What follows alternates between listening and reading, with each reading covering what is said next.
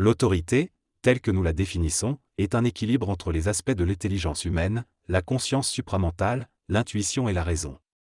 Elle n'est pas autoritaire, mais le produit synthétique de l'activité harmonisée de ces trois forces dans l'homme.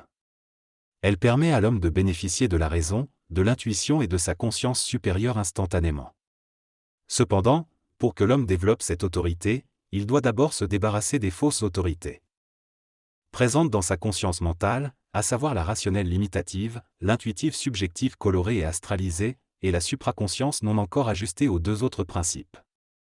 Il doit aussi ajuster constamment le rapport de force entre les trois cerveaux afin de pouvoir utiliser chaque aspect de son intelligence selon ses besoins. L'homme peut utiliser son cerveau rationnel pour concorder avec le monde matériel, son cerveau intuitif en fonction des conditions subconscientes de son être, et son intelligence supramentale pour une compréhension plus vaste de son mental créatif. Cependant, ces trois fonctions ne peuvent donner à l'homme de l'autorité que lorsqu'elles sont en concordance totale, sans qu'aucun des principes n'ait de suprématie sur les autres. Il est possible qu'une force prenne le dessus sur les autres en fonction de l'évolution de l'homme. Cependant, aucun cerveau seul ne peut donner à l'homme l'autorité véritable. Pour cela, il doit trouver l'équilibre entre la raison, l'intuition et la conscience supérieure, afin de vivre une vie parfaitement équilibrée. L'autorité ne peut être créée que par la fusion et l'équilibre des trois forces en l'être humain, la raison, l'intuition et la conscience supramentale. Si l'on accorde trop d'autorité à la raison, on limite sa vie, trop d'autorité à l'intuition menace sa vie et trop d'autorité à la conscience supramentale risque de le posséder et de le priver de ses facultés inférieures. Il est donc essentiel pour l'homme nouveau de trouver un équilibre entre ces trois forces. L'autorité véritable n'est pas une force contre les autres, mais résulte de l'harmonisation des centres de l'être humain. Elle permet d'être bien dans sa peau, d'être équilibré, d'apprendre et d'instruire. L'autorité, qui est le point de vérité dans la vie de l'homme, est le produit de la rencontre et de la synthèse de ces trois forces. Il ne s'agit pas de chercher la vérité dans un seul principe, mais de vivre le point de vérité. Il est l'état d'esprit où ces trois principes se rejoignent dans une symbiose parfaite. C'est ainsi que l'homme peut bénéficier de l'apport de chaque principe et utiliser pleinement la volonté, l'intelligence et l'amour. L'homme possède en lui une force créative qui n'est pas conditionnée par l'émotion ou la raison, appelée la conscience supramentale. Lorsqu'il est prêt à connaître la vérité dans sa vie, il peut bénéficier d'une conscience totale qui lui permet d'avoir une évolution créative et une progression dans tous les aspects de sa vie. Cependant, pour atteindre ce point de vérité, l'homme doit prendre conscience que chaque principe en lui a tendance à utiliser les autres pour sa propre glorification. Il doit également être attentif à ne pas se laisser manipuler par la conscience supramentale, mais plutôt intégrer harmonieusement les trois principes en lui, la raison, l'intuition et la conscience supramentale. Le point de vérité est un état d'équilibre où l'homme se manifeste en tant que personne, sans personnalité. Dans ce texte, il est souligné que l'homme cherche depuis longtemps la vérité en utilisant l'intuition ou la raison, ce qui a causé beaucoup de souffrance et de division.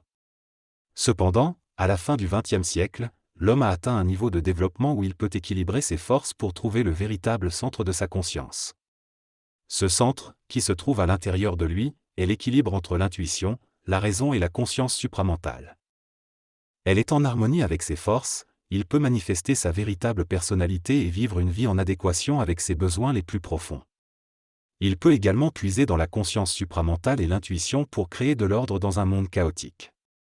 Cependant, il est souligné que ce point de vérité est plus un état d'esprit qu'une prise de conscience et que l'homme doit équilibrer ses forces pour atteindre cet état. Il est également mentionné que l'homme doit développer un troisième cerveau éthérique pour accéder à ce niveau de conscience. L'évolution de l'homme sur Terre nécessite qu'il découvre et réalise son troisième cerveau, qui est immatériel. Ce troisième cerveau représente un centre d'énergie puissant qui risque de supprimer la valeur fonctionnelle, créative et planétaire des deux autres cerveaux. Pour cela, l'homme doit trouver un point d'appui absolu, qui n'est pas lié à la vérité, mais qui représente l'équilibre entre le supramental, l'intuition et le relationnel. C'est en se conscientisant et en équilibrant ces trois forces en lui qu'il atteindra le point de vérité, et pourra éventuellement manifester des forces créatives supranormales. Cela exige que l'homme prenne conscience de la vulnérabilité de chaque force en lui et maintienne un équilibre entre elles. La réalisation de ce point de vérité représentera l'avènement de l'homme nouveau sur Terre. L'homme nouveau est un être qui vit d'un état d'esprit totalement équilibré. Il ne s'arrête jamais d'évoluer et bénéficie d'une conscience universelle équilibrée. Avec le temps, ces vibrations dépasseront les limites de sa conscience actuelle et permettront d'accéder à une nouvelle conscience supérieure. Cela lui permettra d'intervenir directement sur les plans de la matière ou de la vie. Pour cela, il doit atteindre un point de vérité qui représente l'harmonisation de ses forces intelligentes. Ce point devient le centre même de sa conscience et lui permet de réconcilier tous les aspects de sa vie. Il peut comprendre la vie sous différents points de vue et ne se laisse plus déséquilibrer par les forces extérieures. Ainsi, il se réconcilie pleinement avec la vie. Lorsque l'individu prendra conscience de sa véritable essence et se connectera pleinement à la vie planétaire, il développera une plus grande capacité créative et vibratoire. Son champ énergétique deviendra plus puissant, lui permettant d'accéder à des plans d'expérience qui ne sont pas encore accessibles ou qui ne font pas encore partie de la conscience humaine.